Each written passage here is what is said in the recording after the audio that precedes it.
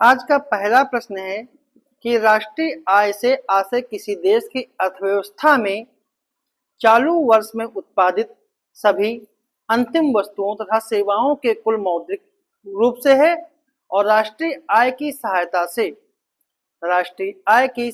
से प्रति व्यक्ति आय जो है सकल घरेलू उत्पाद और विकास दर आदि का पता लगाया जाता है या अनुमान लगाया जाता है। तो इसमें कौन सा कथन सही है? केवल एक, केवल दो, दोनों या फिर दोनों में? तो जो इसका सही जो आंसर है वो आपका है डी ऑप्शन। इसके दोनों कथन जो हैं वो सही हैं। राष्ट्रीय आय किसे कहते हैं? राष्ट्रीय आय का मतलब होता है कि किसी देश की अर्थव्यवस्था में चालू वर्ष में उत्पादित सभी अंतिम वस्तुओं और सेवाओं के कुल मौद्रिक रूप से। और राष्ट्रीय आय में सभी प्रकार की वस्तुएं और सेवाओं के बाजार मूल्य को लिया जाता है। राष्ट्रीय आय की सहायता से प्रति व्यक्ति आय, सकल घरेलू उत्पाद, विकास दर आदि का अनुमान लगाया जाता है और राष्ट्रीय आय की सहायता से विभिन्न राष्ट्रों के विकासशील दर की भी तुलना कर सकते हैं। ठीक है, तो इसका सही जो आंसर है वो हमारा डी ऑप्शन है कि इसके दोनों कथन जो हैं सही हैं। अगला प्रश्न है, निम्नलिखित कथनों पर विचार करें कि भारत में आर्थिक नियोजन संयुक्त राज्य अमेरिका से प्रेरित होकर अपनाया गया था और भारत में आर्थिक नियोजन से संबंधित पहला विचार एम विश्वेश्वरैया ने अपनी पुस्तक प्लान्ड इकोनॉमी फॉर इंडिया में दिया था। तो इसका सही जो आंसर क्या है? ए ऑप्शन एक और दो दोनों, बी ऑप्शन केवल दो, सी ऑप्शन ना तो एक ना ही दो और डी ऑप्शन केवल एक। तो जो इसका सही जो आंसर है वो आपका है बी ऑप्शन केवल दो। ऐसा इसलिए है, दूसरा सही है, पहला गलत है, क्योंकि आर्थिक नियोजन जो है वो भारत में सोवियत संघ से लिया गया है। ठीक है, भारत में जो आर्थिक नियोजन है वो सोवियत संघ से लिया गया है। ठीक है, और भारत में आर्थिक नियोजन से संबंधित पहला विचार जो है एम विश्वेश्वरैया ने अपनी पुस्तक प्लान्ड इकोनॉमी फॉर इंडिया में प्रस्तुत किया है। जबकि 1944 में मुंबई के 8 उद्योगपतियों में श्री आदर्श दलाल के नेतृत्व में 15 वर्षीय पूंजीवादी योजना प्रस्तुत की गई थी। उसी को बॉम्बे प्लान कहा जाता है, उसे बॉम्बे प्लान कहते हैं। जनवरी 1950 में जयप्रकाश नारायण ने सर्वोदय योजना प्रकाशित की और 1950 में ही राष्ट्रकुल के सदस्य देशों ने अंतरराष्ट्रीय स्तर पर आर्थिक नियोजन की एक विस्तृत योजना प्रस्तुत की जिसे कोलंबो योजना कहा गया और 1950 में ही योजना आयोग की स्थापना की गई जिसे 2015 में नीति आयोग में बदल दिया गया और 6 अगस्त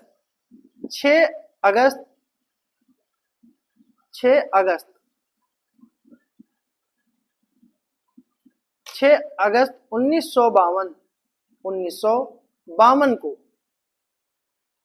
राज्यों और योजना आयोग के बीच सहयोग का वातावरण बनाने के लिए राष्ट्रीय विकास परिषद का गठन किया गया। ठीक है, तो इसका सही जो आंसर है वो हमारा बी ऑप्शन।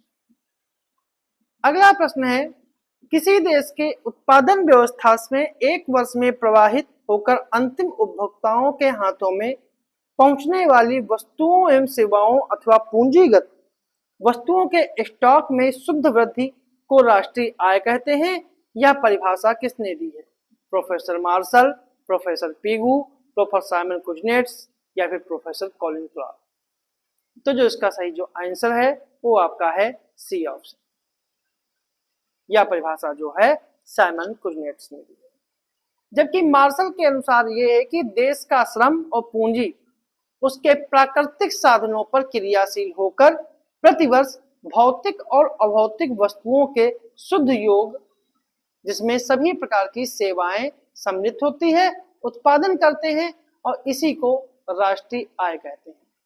जबकि प्रोफेसर पीगू का कहना है कि राष्ट्रीय लाभांश समाज की भौतिक या वस्तुगत आय जिसमें विदेशों से की आय भी शामिल होती है, वह भाग जिसको मुद्रा में मापा जा सकता है। ठीक है।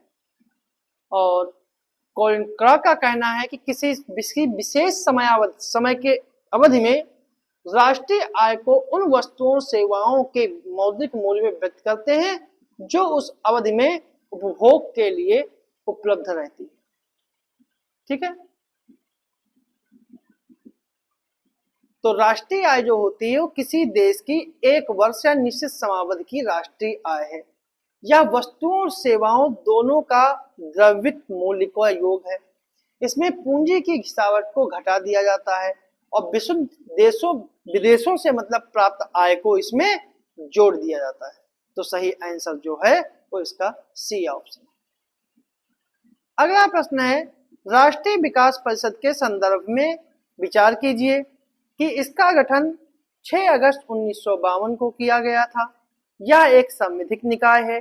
केंद्रीय गृह मंत्री इसके पदेन अध्यक्ष होते हैं और यह एक संघीय निकाय भी है। तो इसमें कितने कथन सही हैं? 2, 4, 1 और 3। तो जो इसका सही जो आंसर है वो आपका है ए ऑप्शन। इसके 2 कथन जो हैं सही है, क्योंकि भारत सरकार के एक प्रस्ताव 6 अगस्त 1952 को राष्ट्रीय विकास परिषद का गठन हुआ, इसलिए पहला कथन सही है। यह एक कार्यकारी निकाय है, ना कि संवैधानिक निकाय है और ना ही एक संवैधानिक निकाय है, इसलिए दूसरा कथन जो है गलत है। प्रधानमंत्री इसके पदेन अध्यक्ष होते हैं, ना कि गृह मंत्री होते हैं, तीसरा कथन गलत है। और यह एक संघीय निकाय है जिसमें सभी राज्यों के मुख्यमंत्री, नीति आयोग के सभी सदस्य और पदेन सदस्य, इसीलिए यह एक संघीय निकाय है। अगर राष्ट्रीय विकास परिषद में सदस्यों की बात करें तो इसमें भारत के प्रधानमंत्री होते हैं, सभी केंद्रीय कैबिनेट मंत्री होते हैं, सभी राज्यों के मुख्यमंत्री होते हैं, केंद्र शासित प्रदेशों के प्रतिनिधि होते हैं और नीति आयोग के सभी सदस्य होते हैं। तो इसका सही जो आंसर है वो ए ऑप्शन। अगला प्रश्न है, निम्नलिखित कथनों पर विचार करें कि भारत में राष्ट्रीय आय का अनुमान सबसे पहले 1868 में दादा भाई नौरोजी ने लगाया था, और दूसरा, भारत में आर्थिक नियोजन शुरू करने का प्रयास एम.बी. विश्वेश्वरैया ने अपनी पुस्तक प्लान्ड इकोनॉमी फॉर इंडिया के माध्यम से किया था। तो इसमें कितने कथन सही हैं? केवल 2, दोनों, दोनों नहीं, या फिर केवल 1। तो जो इसका सही जो आंसर है वो आपका है बी ऑप्शन। इसके दोनों कथन जो हैं सही हैं। राष्ट्रीय आय का सबसे पहले अनुमान 1868 में दादा भाई नौरोजी ने लगाया था। उनके अनुसार जो है वो भारत में प्रति व्यक्ति आय जो थी वो 20 रुपये वार्षिक थी। ठीक है। दादा भाई नौरोजी जो थे वो ब्रिटिश कालीन भारत के एक पारसी बुद्धिजीवी, शिक्षा शास्त्री और एक कपास के व्यापारी थे, जिन्हें भारत का वयोवृद्ध पुरुष कहा जाता है। वह यूनाइटेड किंगडम के हाउस ऑफ कॉमन्स के सदस्य थे और 1867 में उन्होंने ब्रिटिश जनता के सामने भारतीय दृष्टिकोण रखने के उद्देश्य से लंदन में ईस्ट इंडिया एसोसिएशन की स्थापना की, जो भारतीय राष्ट्रीय कांग्रेस के पूर्ववर्ती संगठनों में से। अगला प्रश्न है,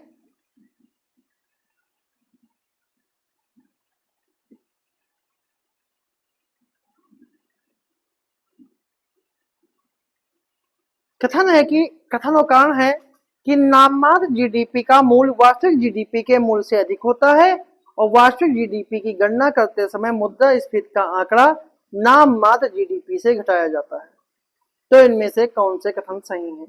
ए आर दोनों सही हैं, आर एक की सही स्पष्टीकरण नहीं है। ए सत्य है किंतु आर असत्य है, ए सत्य है किंतु आर असत्य है।